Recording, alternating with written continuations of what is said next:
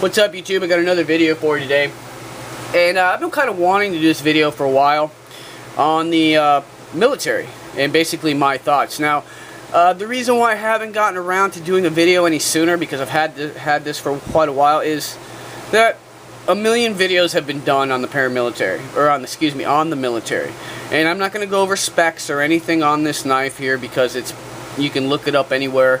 A lot of reviews already. I'm just going to tell you guys how I feel about this knife, and just how I feel about it, and basically why it's become just always in my EDC rotation. Basically, we've got ourselves the military here with the Digicam and the black blade.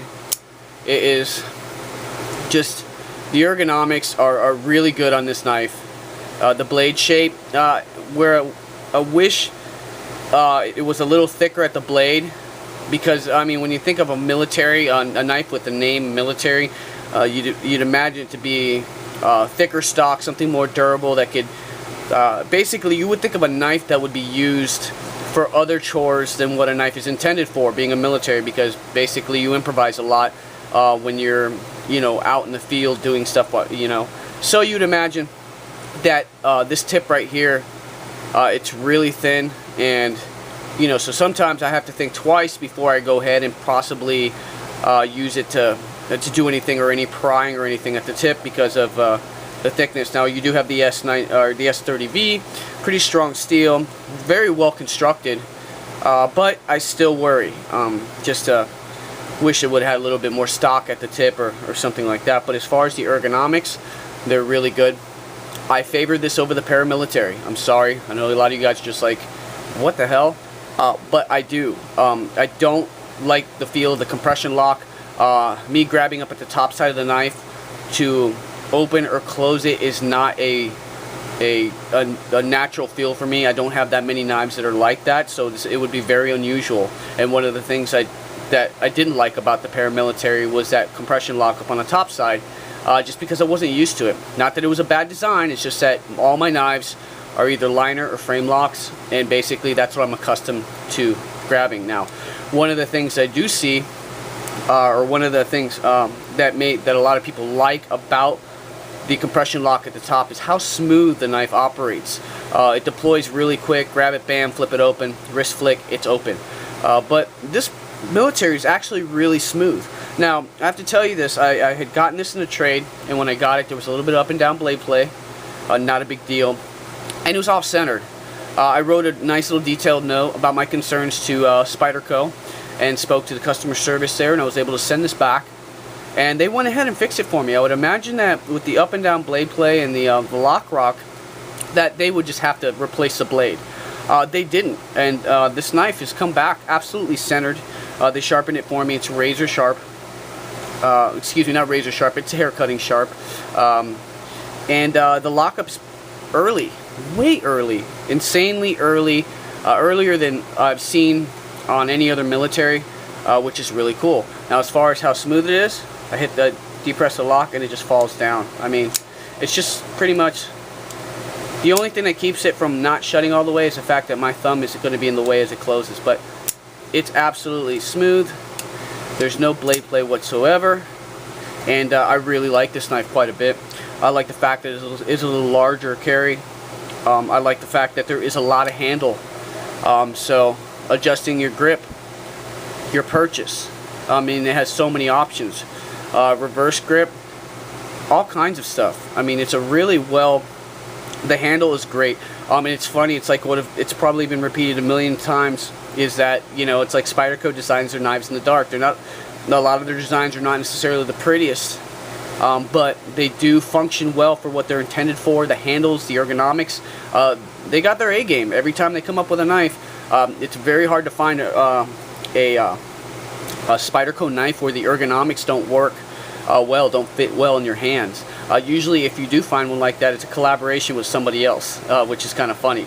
But they're still well made all the way around.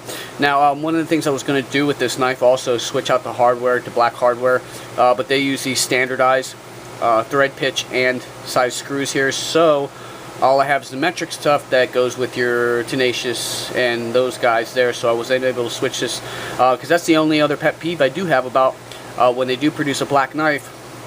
Oh, there's two other pet peeves. But when they produce a black bladed knife and they use satin hardware, you know, if you're going to do a black blade, black out the hardware, even the lanyard tube, pivots, black it all out if you're going to do that, or just don't do it at all. And even if I did have these screws here, I still have the issue with the pivot, because to find a black pivot like that, I'd have to go aftermarket and all this other stuff. And to tell you the truth, I don't want to tinker with this, because the tolerances on this, after getting it back from Spyderco, are just 100%. I mean, they're very perfect on there. Now, Spyderco warranty stuff is kind of hit or miss. They have a lot of people, they get bombarded with people with strip pocket clip screws and you know, on their stuff, and they're probably so tired of hearing it. And it's all in all their stuff that's manufactured overseas is where they have an issue with that, like they're tenacious and this and that or whatever. It's kind of like, my opinion is like, I'd understand where they're coming from, because of how much, you know, they get those type of warranty issues, where a couple things can be done where you don't have that issue. But you do offer a warranty. You need to stand by your stuff. And how much can China screws actually cost you? I mean, how many units do you sell? You know, you can afford to throw somebody some screws. They kind of, every time I contacted them once about strip screws, they send it back. They sent me a little bit of Loctite, which was awesome. But they also highlighted on the warranty information, wear and tear, like they were scolding me, like, dude, we're doing this, but read the warranty, because we really don't have to do this, because they highlighted it. And my impressions of that was like they were scolding me, like, bad. Same thing when I got this military back. They highlighted that, and I'm just like, dude, stand behind your stuff. You're one of the biggest knife manufacturers out there, if not the biggest.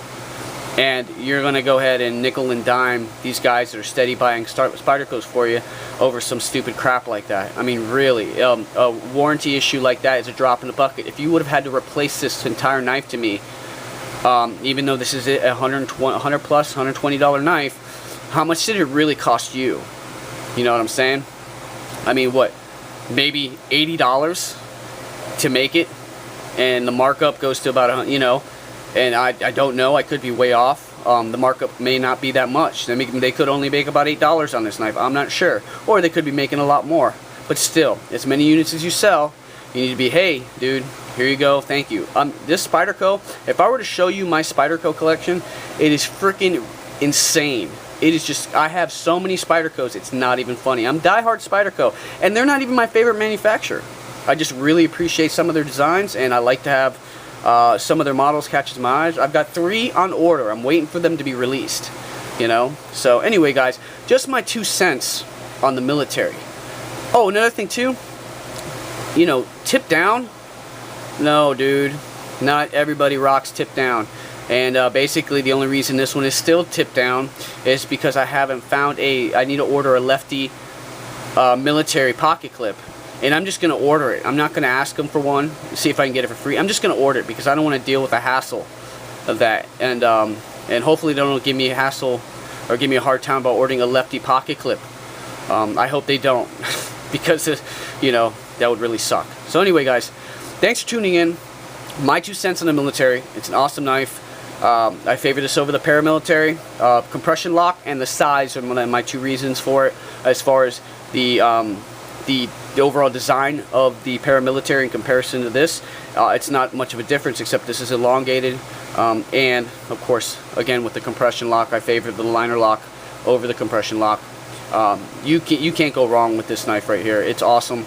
It retains its value. You buy it, you can use it, it could be worn out or weathered, and you could still trade it to somebody or still sell it and get a lot of your money back. I mean, it's a very, even though the paramilitary is way more sought after, the military is also sought after also, and it's a really good, you know, you always get your money's worth with these guys. So anyway, my 2 cents. Appreciate you guys tuning in. Any comments, post them below. I do appreciate all my new subscribers, all the existing subscribers. Thank you so much for hanging in there with my goofy ass. I do appreciate it. You guys rock. Take care now. Woo! Peace.